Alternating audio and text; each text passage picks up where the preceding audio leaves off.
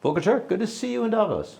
Very nice to see you, Ian, in Davos. So, of course, congratulations on the new post. You have plenty of things on your plate. I'm going to start with the most obvious, which is the Russian war in Ukraine.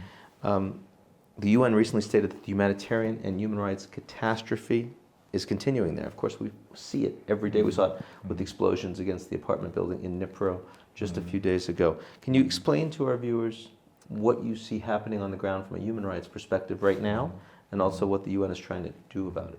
Yeah. So I visited Ukraine. I was there beginning of December. We have had an uninterrupted presence since 2014. So we have been able to really focus on human rights issues for quite some time. Since the war started. Since the war started, Yes. since the takeover of Ukraine, and then, of course, the trouble in the east. Of course, the work has intensified since 24th February last year.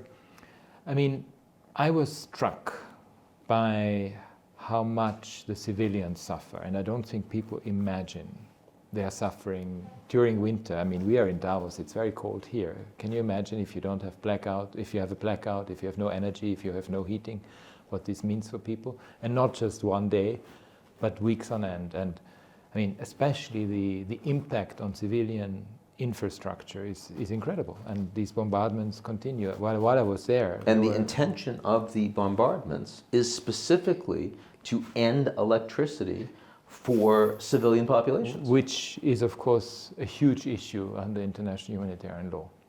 The other issue is, and I had a chance to visit Bucha and Irpin, which is in the north. It's one of these outskirts of which is where Kyiv, a lot of the war crimes were committed in the early days of the war. Exactly. So as the Russians were forced to withdraw quickly. Yes. Yeah. And what I could, my office has documented. In fact, when I was there, we issued a report about documented war crimes, willful killings, disappearances, people being just shot at in the street.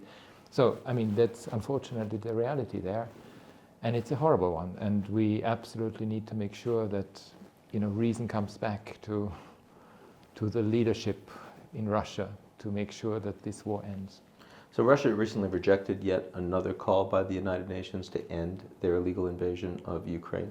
They are, of course, a member of the Security Council, a permanent member, which, according to the UN Charter, has the principal obligation to uphold sovereignty in the world order. Should they be removed from the Security Council? And I understand it's an incredibly difficult thing to do, but in your view, do they have a role on the Security Council? Well, I mean, the Security Council, when it comes to Ukraine, is dysfunctional. Let's put it that way, and it's very clear. Interestingly, the other big organ, the General Assembly, which consists of all 193 member states, has actually seen a real revival, because as a result, the General Assembly has been able to pass a number of resolutions on Ukraine. And I think that's important, because there are checks and balances within the institutional system to make sure that if on one issue it's not possible to find agreement, you can actually move in another context with the General Assembly on it. Plus, of course, because you mentioned before, operationally, the UN is present, is helping the Ukrainians on the humanitarian front, on the human rights front, on the development front, and that is also the United Nations. It is. It is not the Security Council. It is not the Security Council. Problem. And that is, I mean, it's not an issue. It's going to be very difficult to find a way to make a Security Council functioning when one P5 is violating the Charter. Yeah, absolutely. And let me also ask you, since we're talking about human rights in the war, the Ukrainians have been illegally invaded. Treatment of prisoners also accrues to them. In other words, the Ukrainians still have to abide by international law when it comes to how they are engaging in the fighting, even though they are trying to keep their territory. Do they understand that, and how is that playing out? So it was very important for me during my conversations with the Ukrainian government to make sure that there is appreciation for the application of international humanitarian law when it comes to warfare. When you conduct hostilities, human rights law and international humanitarian law applies. There is no way around it. I mean, it's one thing when it comes to the international law side of the Charter and the violation of the Charter. But it's another thing if it comes to hostilities. IHL applies to all parties to the war, to the conflict, and that applies also to the Ukrainians. And do you find that the Ukrainians are receptive to that message? Are they willing to, sort of do the best they can in the fog of war? When I met with the prosecutor general, for example, he told me that they are investigating war crimes, or irrespective of who committed it. Lots of other areas in the world where human rights are a massive challenge right now. Afghanistan is one that is on top of my head because, of course, the U.S. withdrew and ended the longest war in American history. It withdrew in part because of a deal that was formed with the Taliban that has seemed to have abrogated every piece of that deal. Treatment of Afghans, in particular of Afghan women, has been absolutely abominable since the Americans have left. Talk a little bit about what the Afghans are facing on the ground, and again, do you see any capacity for progress? So, when over a year ago, when the Taliban took over essentially the governance of the country, or de facto governance of the country, there was some hope at the beginning that on a number of issues we would find some progress, and it would not be the Taliban that we know from the 90s. And as we saw over the last couple of months, especially in December, one issue after another had become hugely controversial and appalling. Can we say this is the same Taliban?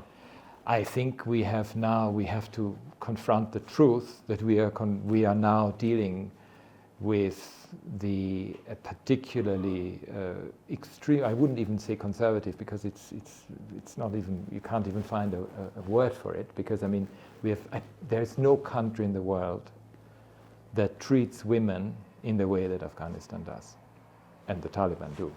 I mean, no access to tertiary education, no access to secondary education. The fact that they are not allowing women to work anymore, even for fundamental humanitarian issues and for the NGOs, is a huge issue. I mean, it gives a picture of what we saw in the 90s. Do I understand correctly that women can't work as doctors, but they also can't be seen by male doctors? Is that true? So that there are exemptions were made in Kabul, but we still have to see, well, for instance, when it comes to female doctors, because they need to treat other women, because it can't be a man who can treat a woman, they are allowed to work, as we understand it. But we need to see how this is being implemented, and I think at the moment it's a very confused picture. So it is at the farthest extreme of human repression that one can possibly imagine. I think when it comes to, I look at all member states of the United Nations and the treatment of women, Afghanistan is on the top of the So list. what can possibly be done? What can the international community do? What can the United States do? The Chinese? I mean, this is not a powerful country. There needs to be a unified stance that this is not part of the international order, the way you treat women.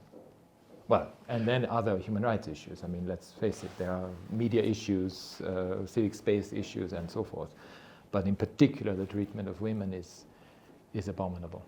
So when I look around the world, Syria, South Sudan, Yemen, you were just talking to the Peruvians, for example. I mean, again, there's plenty of things for you to do.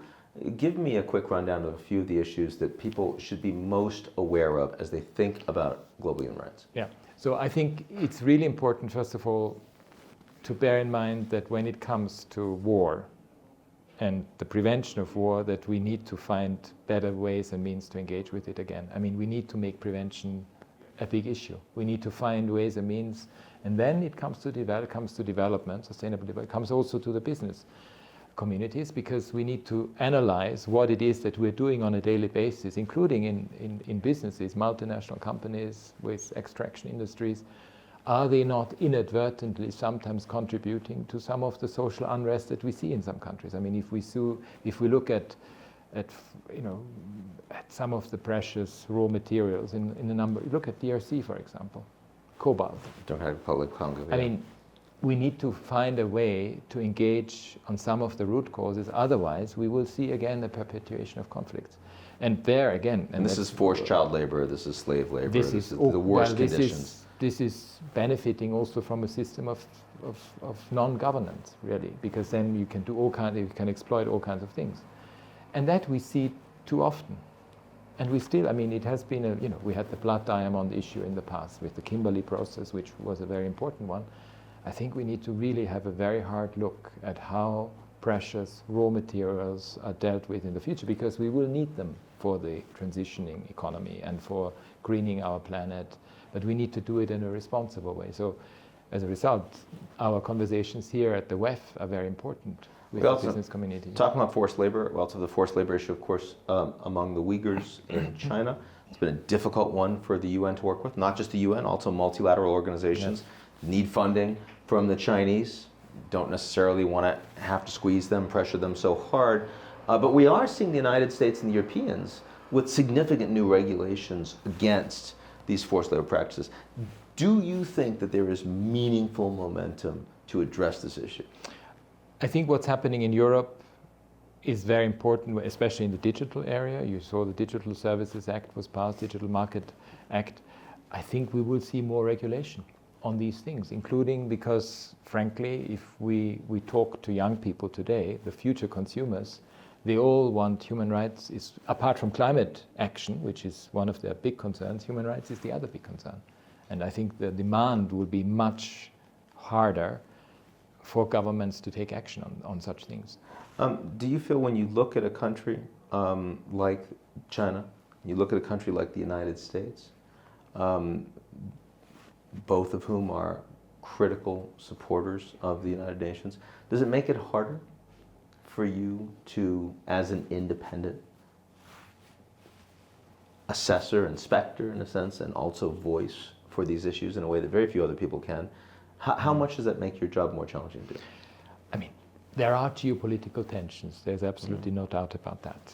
Human rights cannot be the collateral damage of these geopolitical tensions, and it is my role as High Commissioner for Human Rights with a global mandate to ensure that I'm not part of any instrumentalization of anyone, and that's the big challenge. But I think so far we have been successful. So tell me a little bit about a good news human rights story. I'm thrilled with the enthusiasm that we see among young people about human rights. I mean, I went yesterday to this is a bit technical, but it's an important committee. It's the treaty body on the committee, it's the Convention on the Rights of the Child. And they have a committee, a treaty body that oversees the implementation of the provisions of the convention. And there is an advisory group consisting of children that actually provide input to this very august body of members of this treaty on issues such as climate change and climate justice and children's rights. And I listened yesterday to a very impassioned and substantive contribution from a 16-year-old climate activist from Greenland, and that gives me enormous hope. I mean, as you see on climate, you also increasingly see on a lot of these soft issues. I mean, especially the information is there. Right. And a lot of young people feel like the people in authority have been ignoring them for a long time. Yeah. Right. And exactly. It's a useful position to be in. Yeah. Yeah. Well, maybe a summit on youth, is something we need to see more of. Yes, should be something we should consider. Absolutely. Yeah. Well, Volker Türk, I know that you have a busy schedule here, but it's very nice to see you. Very nice to see you, Ian. Yeah.